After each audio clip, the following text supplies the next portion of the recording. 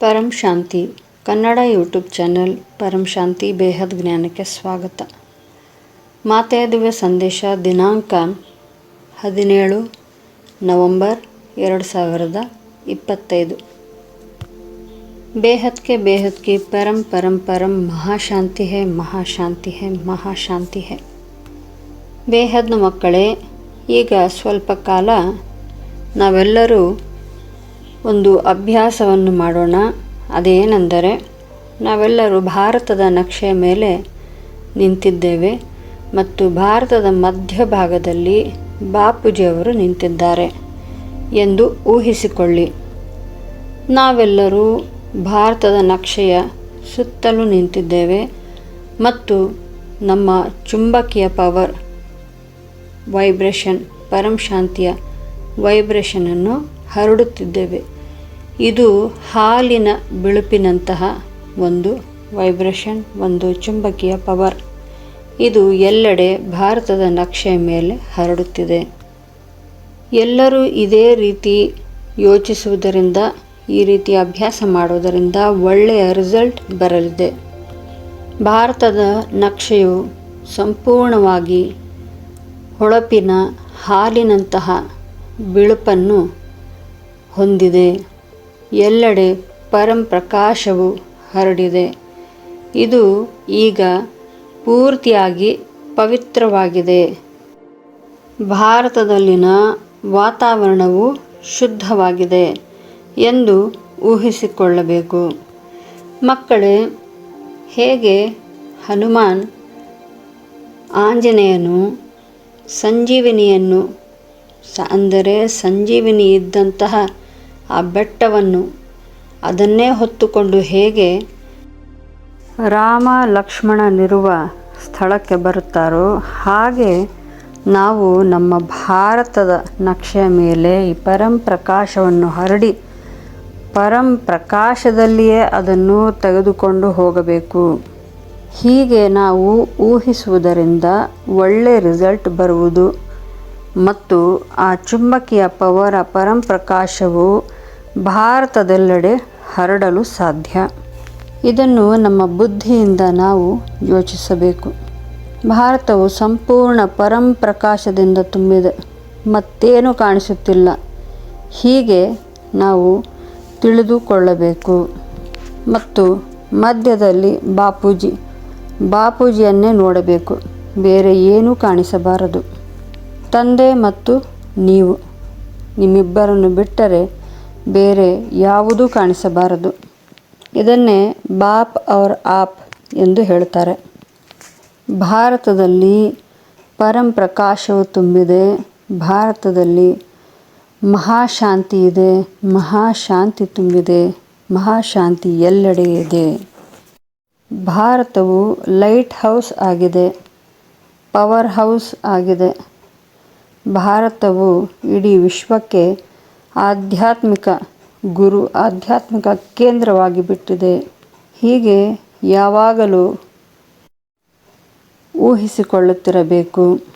ಈ ರೀತಿ ನಾವು ಸದಾ ಅಂದುಕೊಳ್ಳಬಹುದು.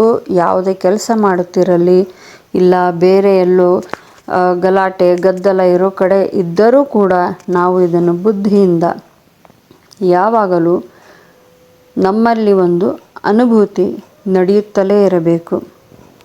ಇದನ್ನೇ ಆವಾಜ್ ಸೆ ಪರೆ ಕಿ ಸ್ಥಿತಿ ಎನ್ನುತ್ತಾರೆ. ಅಂದರೆ ನಾವು ಸದ್ದು ಗದ್ದಲದಲ್ಲಿದ್ದರೂ ಕೂಡ ಅದು ಯಾವುದೂ ಕೇಳಿಸದಂತೆ ಈ ಒಂದೇ ಅನುಭೂತಿ ನಮ್ಮಲ್ಲಿ, ನಮ್ಮ ಬುದ್ಧಿಯಲ್ಲಿರುವುದು. ನಮ್ಮ ಬುದ್ಧಿಯಲ್ಲಿ ಇದು ಒಂದೇ ರೆಕಾರ್ಡ್ನ ರೀತಿ ನಡೆಯುತ್ತಿರಬೇಕು. ಬೇಹದ್ನ ಮಕ್ಕಳು, ನಮ್ಮ ಬೇಹದ್ನ ಮಕ್ಕಳು ಬಹಳ ಧೈರ್ಯಶಾಲಿ ಮಕ್ಕಳು. ಅವರು ಬೇರೆ ಆತ್ಮರಲ್ಲಿಯೂ ಕೂಡ ಧೈರ್ಯವನ್ನು ತುಂಬುತ್ತಾರೆ.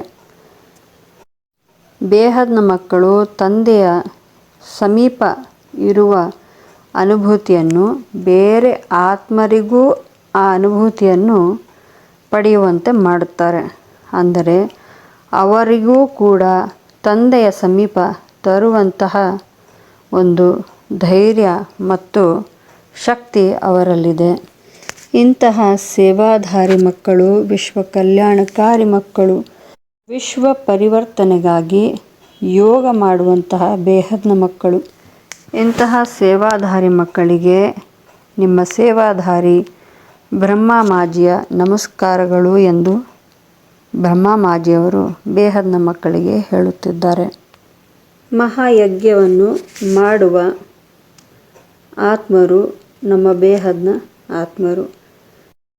ಈ ಮಹಾಯಜ್ಞದಿಂದ ಶಾಂತಿ, ಪವರ್ಫುಲ್ ಕಿರಣಗಳು, ಚುಂಬಕೀಯ ಪರಂಪ್ರಕಾಶದ ಕಿರಣಗಳು ಹೊರಹೊಮ್ಮುತ್ತಿದೆ. ಈ ಮಹಾಯಜ್ಞದಿಂದ ಶಾಂತಿಯ ವೈಬ್ರೇಷನ್ನ ರೇಸ್ಗಳು ಹೊರಹೊಮ್ಮುತ್ತಿದೆ. ಸುತ್ತಲಿನ ವಾಯುಮಂಡಲವು ಶಾಂತಿಯುತವಾಗಿ ಪರಂಪ್ರಕಾಶವನ್ನು ಹೊರಹೊಮ್ಮುತ್ತಿದೆ. ಬ್ರಹ್ಮಮಾಜಿಯವರು ಇಲ್ಲಿ ಒಂದು ಸೂಕ್ಷ್ಮವಾದ ವಿಷಯವನ್ನು ಹೇಳುತ್ತಿದ್ದಾರೆ. ಅದೇನೆಂದರೆ, ಈ ಮಹಾಯಜ್ಞವೆಂದರೆ ಏನು? ಈ ಮಹಾಯಜ್ಞ ಎಂದರೆ ಆ ಚಿತ್ರಗಳು. ಈ ಚಿತ್ರಗಳನ್ನು ಬಾಪೂಜಿಯವರು ಬ್ರಹ್ಮಮಾಜಿ ಮತ್ತು ನೀರುಮಾವರಿಂದ ಚಿತ್ರವನ್ನು ಬಿಡಿಸುವಂತೆ ಪ್ರೇರಣೆ ನೀಡಿದ್ದರು. ಆ ಚಿತ್ರಗಳೇ ಮಹಾಯಜ್ಞದ ಚಿತ್ರಗಳು.